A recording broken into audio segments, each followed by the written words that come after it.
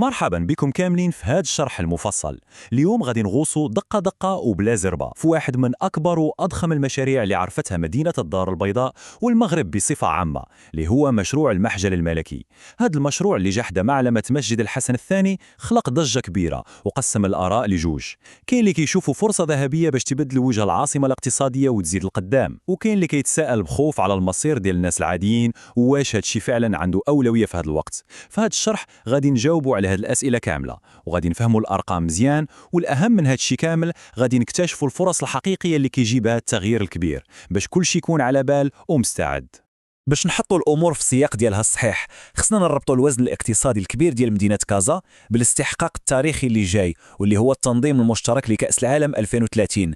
كازا راه ماشي غير مدينه عاديه، هي القلب النابض ديال الاقتصاد، فيها الشركات الكبرى والابناك، ولكن في نفس الوقت كل شيء كيعرف انها كتعاني من الهشاشه في بعض الاحياء القديمه.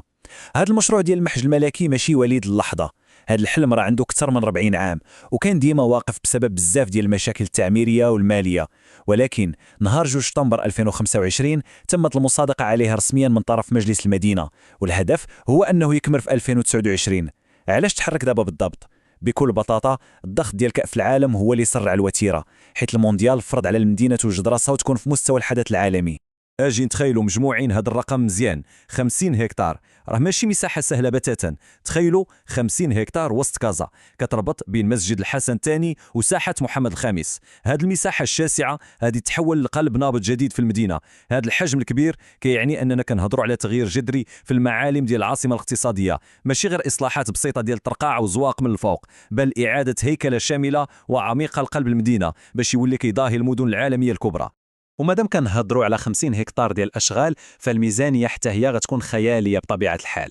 كنهضروا على 2 المليار ديال الدرهم، ميزانيه ضخمه غادي تخصص البنيه التحتيه، المساحات الخضراء والمسارات السياحيه. هاد الفلوس كامله غتنزل باش تخلق واحد الفضاء اللي كيرقى لتطلعات مدينه عالميه باغا تستقبل ملايين الزوار. ولكن هاد الفلوس وهاد المشاريع الكبرى كتدفعنا لواحد النقطه حساسه بزاف اللي خصنا نوقفوا عندها.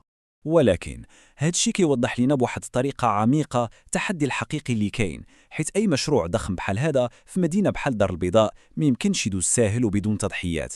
كاين واحد الجانب انساني واجتماعي عميق خصنا نوقفوا عنده بتعاطف وتفاهم كبير. حنا كنهضروا هنا على حوالي 16,000 اسره مغربيه، بالاضافه لمحلات مهنيه وتجاريه اللي معنيه مباشره بعمليه الترحيل. 16,000 عائله كانت عايشه في واحد البلاصه لسنين طويله، وعندها تما ذكريات وجيران وحياه كامله، وغادي تضطر اليوم تنتقل لمكان اخر باش تخلي البلاصه للمشروع. المدينه في الاخر راه ماشي غير سيمانات وواجهات زجاجيه وزواق، المدينه هي دوك الناس اللي ساكنين فيها. التحدي الاكبر اللي كاين دابا هو كيفاش نحافظوا على هذا التوازن الصعب، من جهه نطوروا العمران ونبنيو مدينه عصريه، ومن جهه اخرى نحافظوا على كرامه واستقرار هاد الناس اللي هما ولاد كازا، ونضمنوا لهم ظروف عيش كريمه في البلايص اللي غيمشيو ليها. ووسط هاد التخوفات والتغييرات الكبيره كيكثروا الاشاعات بشكل رهيب. بزاف ديال الناس بداو كيتداولوا باللي الكورنيش عين الداب كامل غادي يتهدم وتريب ليه القهاوي والمشاريع ديالو. ولكن باش نكونوا واضحين ونفرقوا بين الحقيقه والاشاعه، الحقيقه هي انه ما كاين حتى شي معطى او قرار رسمي كيثبت الهدم في منطقه عين الداب. المشروع المؤكد والرسمي حاليا مرتبط بالاساس بالاشغال اللي غادي تكون في المدينه القديمه ومحيط المحج الملكي. داك الشيء علاش خصنا ديما نتعاملوا مع المعلومات بعقلانيه، وما نزيدوش نخوفوا الناس بلا قياس، ونركزوا غير على ما هو واقعي ومثبت في الاوراق الرسميه.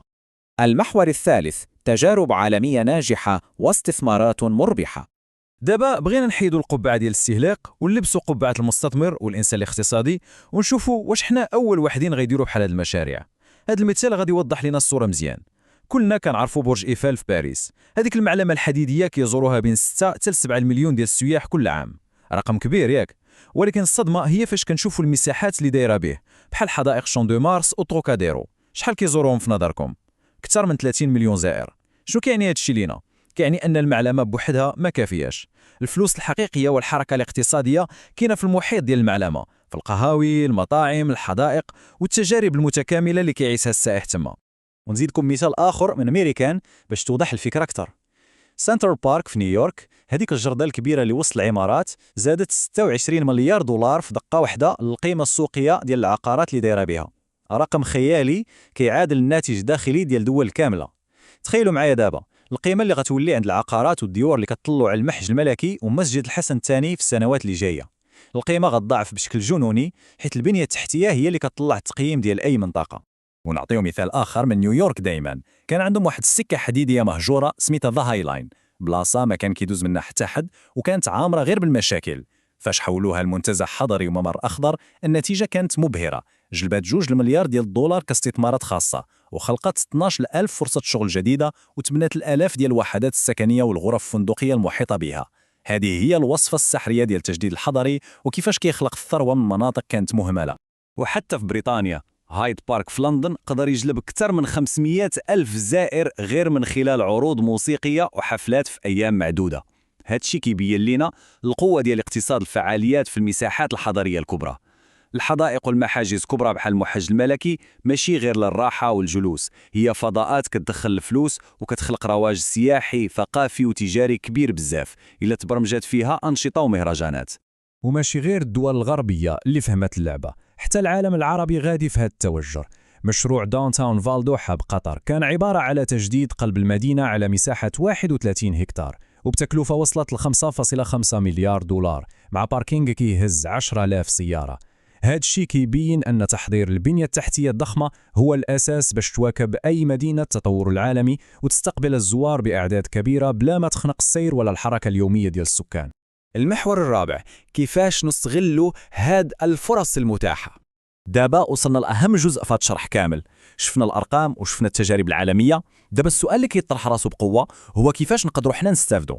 واش غنبقاو نتسناو شي واحد يجي يدق علينا في الباب ويعطينا قفة عامرة بالفلوس ويقول لنا هاكو هادي خيط المحاج الملكي تبنى حداكم؟ بطبيعة الحال لا. الفرص ما كتفرج بوحدها، الفرص كتمشي عند الناس اللي كتقلب عليها، الناس اللي كتفكر وتوجد راسها وتستثمر في المهارات ديالها قبل ما يوصل الوقت. أجي نشوفوا هاد الفرص المباشرة دقة دقة ونفصلوا فيها. أولاً الكراء قصير الأمد بحال اير بي ان بي. الناس اللي عندهم ديور أو شقق قراب لمسجد الحسن الثاني والمدينة القديمة بلاصة ما يكريوها بثمن عادي لمدة طويلة يقدروا يستغلوا السياحة ويدخلوا أرباح مضاعفة ومحترمة جداً. ثانياً الإرشاد السياحي، السياح اللي غيجيو غيبغيو شكون يعاود لهم على تاريخ باب مراكش والمدينة القديمة محتاجين لقصص وهذه حدمة كتدخل الفلوس. ثالثاً المأكولة، السائح ملي كيجي باغي يذوق داكشي المحلي، المسمن، شفنج، اتاي بنعناع. مشاريع صغيرة ديال المأكولات المحلية غادي تخدم مزيان إذا تنظمات. زيد عليها التصوير وصناعة المحتوى، شركات الأمن الخاص اللي غتحظي هاد المرافق، السمسرة في العقار وحتى مراكز التكوين اللي غتدرب الشباب على هاد المهن الجديدة. هادو كاملين بيبان ديال الرزق محتاجين اللي يزعم ويخدم ذكاء.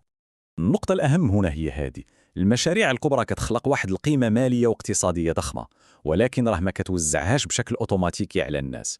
شكون اللي غيستافد في الآخر؟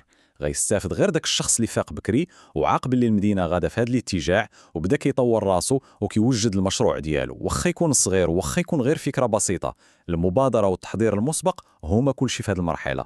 المحور الخامس والأخير، مغرب السرعتين ومواكبة التطور. هذا الوضع كيخلق لنا جوج عقليات في المجتمع.